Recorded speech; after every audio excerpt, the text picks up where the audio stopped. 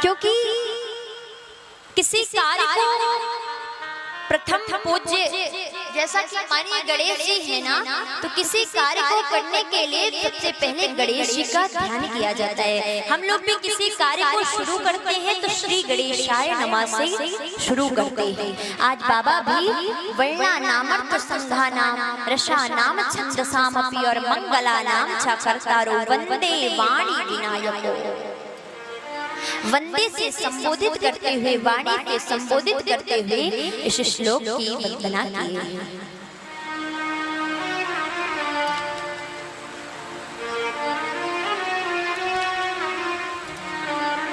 दूसरे श्लोक में शंकर जी और माता पार्वती जी का ध्यान किए कि भवानी शंकरो वंदे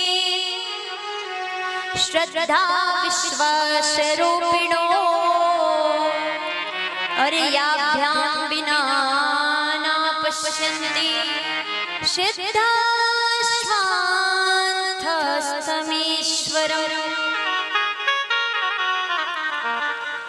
आज क्या कहते हैं? भवानी शंकरो वंदे श्रद्धा विश्वास रूपिणो अर्याभ्याम विना न पश्यन्ति सिद्धा स्वान्थस्तमीश्वरम्।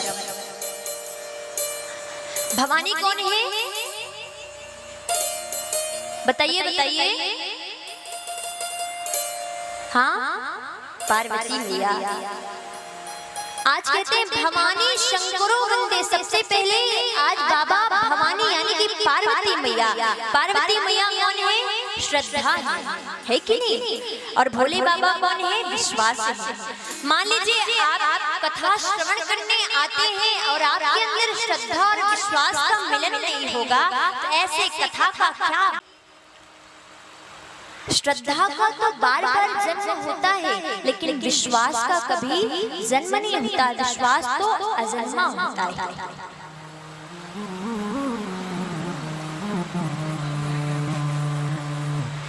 आज मान लीजिए जब सती रूप में देवी का जब देहांत हुआ था ना, तो दूसरा रूप क्या पार्वती मैया के नाम से ही जाना गया था।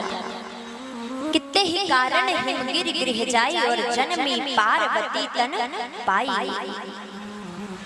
केवल और केवल आज पार्वती मैया एक ही बात कहती है कि हे बाबा, मुझे केवल इतनी कृपा करिएगा, इतनी शक्ति प्रदान करिएगा कि मैं केवल और केवल आपके चरणों की दासी बनी रहूं।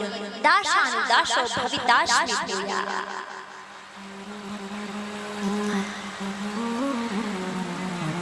तीसरे श्लोक में वंदे बोधमयं नित्यं गुरुं शंकर रूपिणं और यमाश्रितो हि वक्रोपि चंद्रा सर्वत्र वन्दते।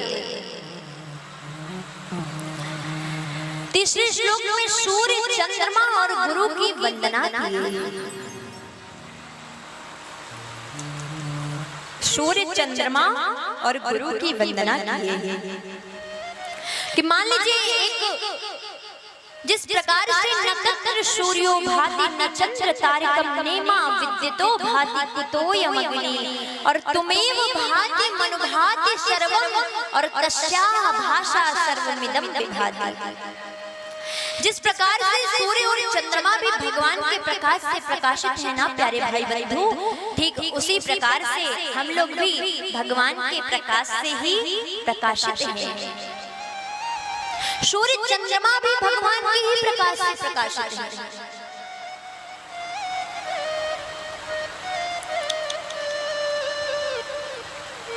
थोड़ा सा मैं आपको उदाहरण देती हूँ कि यही राघवेंद्र सरकार जी को, यही भगवान को सच्चिदानंद कहकर संबोधित भी किया गया है। सच्चिदानंद कहकर संबोधित भी किया गया है। बड़ा सुंदर मानस में गोस्वामी तुलसीदास जी बड़ा सुंदर भाव देते हुए कहते हैं कि सत्य कहिए जो विनशे नाही, सत्य कहिए जो विनशे नाही, सत्य कहिए जो विनशे नाही, सत्य कहिए जो विनशे नाही, चित चैन जिससे जगन में सकल जगे माही। आनंद घटे घटे करे आनंदा, आनंद घटे घटे करे आनंदा, आनंद घटे घटे करे आनंदा, आनंद घटे घटे करे आनंदा।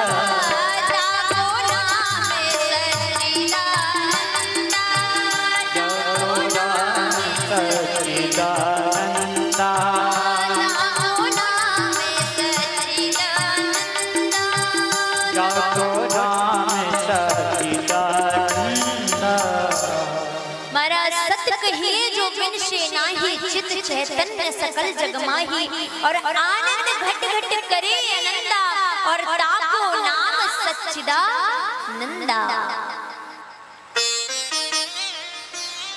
यहाँ राघव जी को सच्चिदानंद भी कहकर लोग संबोधित करते हैं। देखिए सच्चिदानंद 3 शब्दों से मिलकर बना हुआ है। बड़े ध्यान देने योग्य बात है मैया, 3 शब्दों से मिलकर सच्चिदानंद बना हुआ है।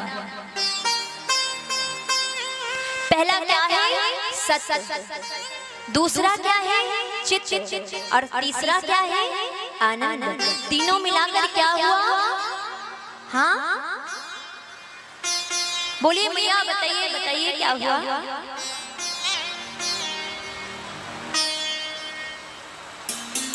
ये देखिए भैया, सत्य चित्त और आनंद तीनों मिलाकर हुआ सच्चिदानंद। याद रखिएगा, अभी मैं आगे पूछूंगी। तो सत्य क्या है? इस तीसरे श्लोक के साथ साथ वंदे बोधमयं नित्यं गुरुं शंकर रूपिणम् और यमाश्रितो हि वक्रोपि चंद्रा सर्वत्र वंदते। हमने कहा जिस प्रकार से सूर्य चंद्रमा भी भगवान के प्रकाश से प्रकाशित है ना प्यारे भाई बंधु, उसी प्रकार से हम लोग भी भगवान के ही प्रकाश से प्रकाशित हैं। सत्य क्या है जानिए जरा, जिसका किसी भी परिस्थितियों में विनाश नहीं होता, वो क्या है? सत्य है। चित्त क्या है? यानी चेतना। मान लीजिए आज आपके चारों तरफ लाइट बल्ब जल रहा है, उदाहरण के तरीके से समझिएगा। चारों तरफ लाइट बल्ब जल रहा है और अचानक से लाइट चली जाती है और आपके सामने एक रस्सी का टुकड़ा आ जाता है और रस्सी के टुकड़े पर अचानक से आपका पैर पड़ता है, तो आपके पास ना कोई टॉर्च है, ना कोई लाइट है, ना कोई मोबाइल है। तो जब वो पैर पड़ेगा ना रस्सी के टुकड़े पर, तो आप डर के भयभीत हो जाएंगे कि अरे भैया भागो सांप आ गया, है कि नहीं भैया? जब हम उसमें चेतना डालेंगे, यानी कि चित्त यानी चेतना, जब हम उसमें प्रकाश डालेंगे, तब मुझे पता चलेगा अरे ये रस्सी के टुकड़े को आज मैं सांप बता रहा हूँ। इसलिए हमारे शरीर में चेतना का भी बड़ा अभिप्राय है। और आनंद क्या है?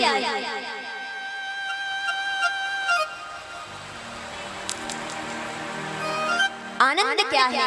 आप सोचिए 5 स्टार होटल में जाएं, चाउमीन बर्गर पिज्जा खाएं, घर आए डल्लब के गद्दे पर सोएं, इस एसी के कमरे में विश्राम करें और कमरे पर आए और कहें आज तो आनंद आ गया। मैया आनंद इसमें नहीं है भैया, आनंद इसमें नहीं है। आनंद किसमें है? कहा गया है जो आनंद सिंधु सुखे राशि, जो आनंद सिंधु सुखे राशि, जो आनंद सिंधु सुखे राशि, जो आनंद सिंधु सुखे राशि, जो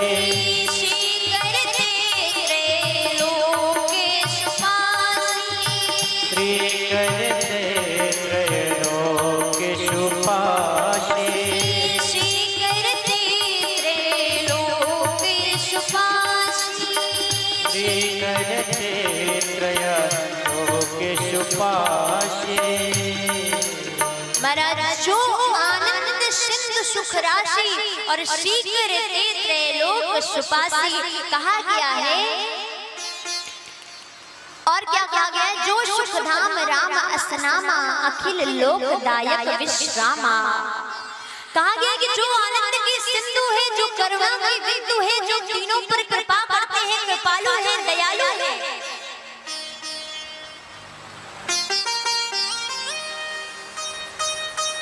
सब पर कल्याण करते हैं, ऐसे प्रभु हमारे कौन है? राघव जी हैं।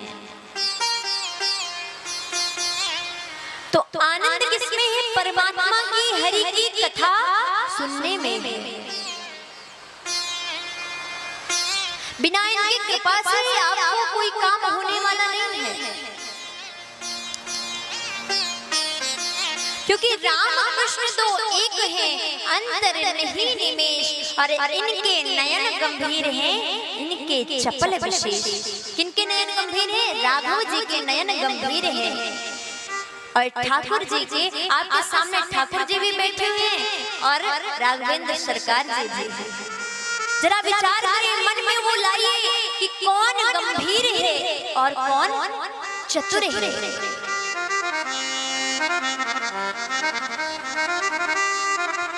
तो कहने का केवल और केवल अभिप्राय ये है कि परमात्मा की कृपा होना हमारे इस संसार में परम आवश्यक होता है।